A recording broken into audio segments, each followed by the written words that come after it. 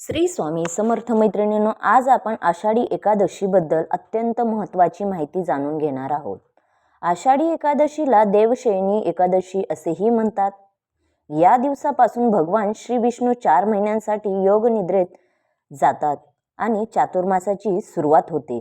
या दिवशी केलेले व्रत, उपवास, जप आणि भक्ती यांना विशेष महत्त्व आहे. म्हणून हा व्हिडिओ शेवटपर्यंत नक्की पहा. आपण जाणून घेणार आहोत म्हणून आपल्या @swami-3131 या चॅनलला लगेच सबस्क्राईब करा, लाईक करा, शेअर करा आणि बेल आयकॉन बटन लगेच प्रेस करा. चला तर मग आपण वेळ न घालवता आपण जाणून घेणार आहोत की आषाढी एकादशीचे महत्त्व, उपवास कसा करावा, रात्री झोपण्यापूर्वी काय करावे, उपवास कधी सोडवावा, काय खावे, काय खाऊ नये, तसेच काही धार्मिक गोष्टी म्हणजेच आषाढी एकादशीचे महत्त्व. तर हिंदू धर्मात वर्षभरात 24 एकादशी येतात. त्यापैकी आषाढी एकादशी अत्यंत पवित्र मानली जाते. महाराष्ट्रात लाखो वारकरी पंढरपूरला विठ्ठल रुक्मिणीच्या दर्शनासाठी पायी यात्रा करतात. या दिवशी ओम नमो भगवते वासुदेवाय किंवा श्री विठ्ठल विठ्ठल जय हरी विठ्ठल या मंत्राचा जप केल्याने मनाला शांती मिळते आणि भगवान विष्णूंची कृपा प्राप्त होते. या दिवशी उपवास कसा करावा, तर लवकर उठून स्नान करून स्वच्छ कपडे परिधान करून भगवान विष्णू किंवा विठ्ठल रुक्मिणीची पूजा करावी. विष्णू सहस्रनाम, भगवद्गीता किंवा हरिपाठाचे वाचन करावे. तुपाचा दिवा लावावा. विष्णू सहस्रनाम किंवा हरिपाठाचे वाचन करावे. दिवसभर शक्य तितके आपल्याला नामस्मरण करायचे आहे. या दिवशी सर्वात महत्त्वाचा भाग म्हणजेच रात्री झोपण्यापूर्वी देवासमोर या दिवशी आपल्याला तुपाचा दिवा लावायचा आहे. त्यानंतर 11, 21 किंवा 108 वेळा आपल्याला ओम नमो भगवते वासुदेवाय नमः, ओम नमो भगवते वासुदेवाय नमः या मंत्राचा जप करायचा आहे आणि श्री विठ्ठलाचे मनापासून स्मरण करायचे आहे. आपली इच्छा नम्रपणे भगवान विष्णूंना सांगा. हात जोडून प्रार्थना करा, हे प्रभू, माझ्या जीवनात सद्बुद्धी, सुख, शांती आणि समाधान द्या. माझ्या सर्व अडचणी दूर करा. मनापासून केलेली प्रार्थना आणि भक्ती आध्यात्मिक समाधान देते. एकादशीचा उपवास द्वादशी तिथीला पारण करून सोडला जातो. सूर्योदयानंतर द्वादशी तिथीमध्ये पारण करणे शुभ मानले जाते. सर्वप्रथम पाणी घ्यावे उपवास सोडताना. त्यानंतर तुळशीचे पान किंवा चरणमृत घ्यावे. फळे खावीत. दूध किंवा ताक घेऊ शकता. हलका सात्विक आहार घ्यावा. मुगाची खिचडी, भात, वरण किंवा साधे जेवण योग्य मानले जाते. या दिवशी राग, भांडण आणि कटू बोलणे टाळावे. मद्यपान आणि तंबाखूचे सेवन करू नये. मांसाहार करू नये. खोटे बोलू नये. कोणाचाही अपमान करू नये. अनावश्यक वाद टाळावेत. या आषाढी एकादशीचे काही विशेष उपाय आहेत. ते भगवान विष्णूंना पिवळी फुले अर्पण करा. तुळशीची पूजा करा. गरजूंना अन्नदान करा. वस्त्रदान करा. गाईला हिरवा चारा खाऊ घाला. गरिबांना मदत करा. अशा प्रकारचे विशेष उपाय आषाढी एकादशीला करायचे आहेत. त्याने दान केलं म्हणून आपण करायचं असं करू नका.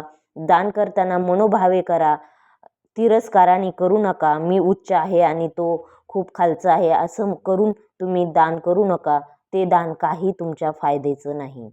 चुकूनही ही 3 कामे करू नये. त्याच्यामध्ये मांसाहार, मद्य आणि तामसिक अन्न सेवन करू नका. आषाढी एकादशीला मांसाहार, मद्यपान, कांदा, लसूण तसेच तामसिक अन्न टाळावे. शक्य असल्यास सात्विक आहार घ्यावा किंवा श्रद्धेनुसार उपवास करावा. राग, भांडण आणि अपशब्द टाळा. या दिवशी कोणाशीही वाद घालू नका. कटू बोलू नका आणि कोणाचाही अपमान करू नका.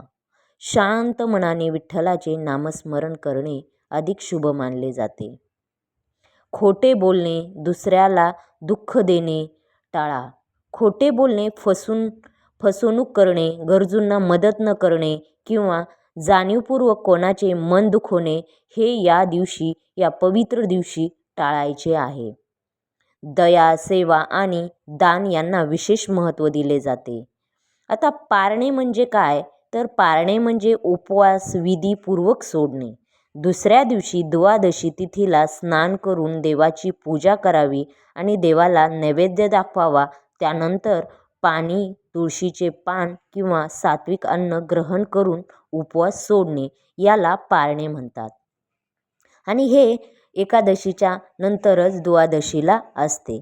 आता पारणे योग्य वेळ आणि विधीपूर्वकच उपवास समाप्त करणे होय. सात्विक आहार म्हटलं तर पाहू शकताय, अन्न म्हणजे शुद्ध, ताजे, हलके आणि शरीर व मनासाठी हितकारक अन्न म्हणजेच सात्विक आहार.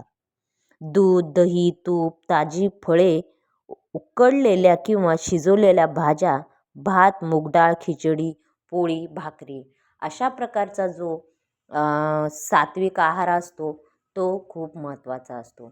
म्हणून आषाढी एकादशीच्या दिवशी आपल्याला उपवास कसा करावा, तर तुम्ही निर्जलीय उपवास करू शकतायत, फळे खाऊन उपवास करू शकतायत, खिचडी भगर खाऊन तुम्ही उपवास करू शकतायत. याची संपूर्ण कसा करावा याची संपूर्ण माहिती मी या व्हिडिओमध्ये सविस्तर सांगितलेली आहे. त्याचबरोबर रात्री झोपण्यापूर्वी काय करावे, तर आपल्याला एकादशीच्या दिवशी दुसरं काही नाही झालं तरी काही नामस्मरण करायचे आहे आपल्याला. ते तुम्ही रात्री 108 वेळा, किती वेळा आपल्याला जसा वेळ भेटेल त्यानुसार आपल्याला झोपण्यापूर्वी देवासमोर बसून या एक तुपाचा आपल्याला दिवा लावून या गोष्टी करायच्या आहेत.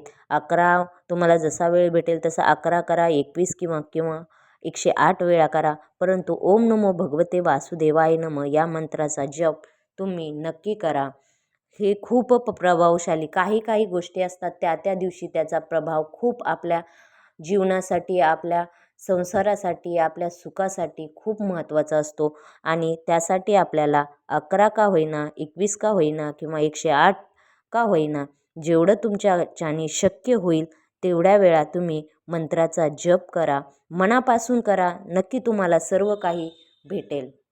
आता उपवास कधी सोडावा हे तुम्हाला मी सांगितले. द्वादशी तिथीमध्ये पारण करणे शुभ मानले जाते. तर द्वादशीच्या दिवशी आपल्याला उपवास हा सोडायचा आहे आणि आपल्याला चुकूनही मांसाहार करायचा नाही, मद्यपान करायचे नाही, तामसिक अन्न सेवन करायचे नाही. ह्या गोष्टी आषाढी एकादशीला चुकूनही या गोष्टी करू नका. असे केल्याने खूप काही आपल्या जीवनात वाईट परिणाम होत असतात.